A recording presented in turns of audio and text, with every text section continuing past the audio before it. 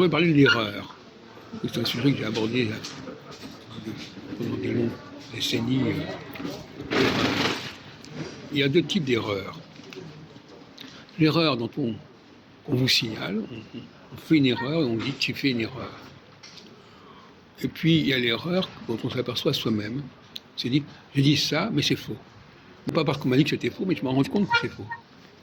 L'erreur, c'est aussi se rendre compte à l'avance que tel résultat ne va pas fonctionner, mais c'est aussi l'erreur de quelqu'un qui se rend compte que ça ne fonctionne pas parce que les résultats ne sont pas là.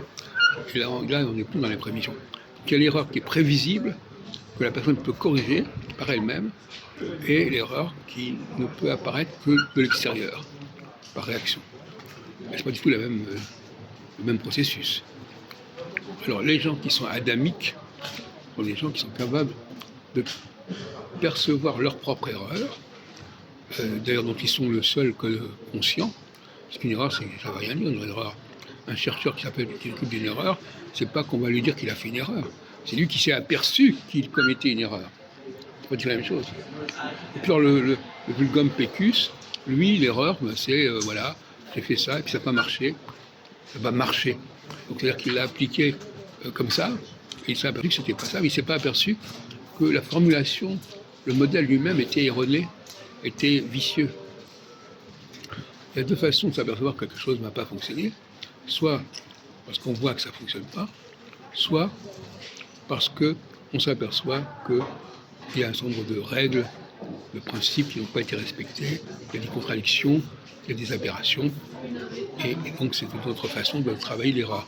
Donc nous ne sommes pas égaux face à l'erreur, parce qu'il y a des gens qui sont dans une première erreur primitive, qui est celle de l'échec, celle de la réaction. On s'aperçoit que ça ne marche pas, que ça ne donne pas de résultat, que les gens ne sont pas d'accord. Et puis il y a l'erreur plus évoluée, où la personne s'aperçoit elle-même que son système est défaillant, que son système n'est pas satisfaisant. Et toute personne, tout chercheur qui se respecte, sait très bien que dans certains cas, il se rend compte lui-même de l'erreur qu'il commet et qu'il n'a pas besoin de quelqu'un pour le lui signaler, parce que de toute façon, généralement, il est le seul à pouvoir s'en apercevoir.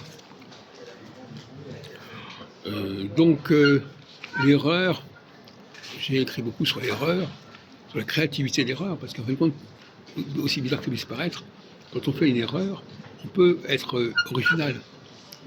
On dit, ah là là, il est original puisqu'il ne fait pas exactement les choses que les autres font. Sauf qu'il n'est pas original en soi, il est original parce qu'il n'a pas compris, parce qu'il n'a pas saisi le système, et donc il fait quelque chose qui est déviant.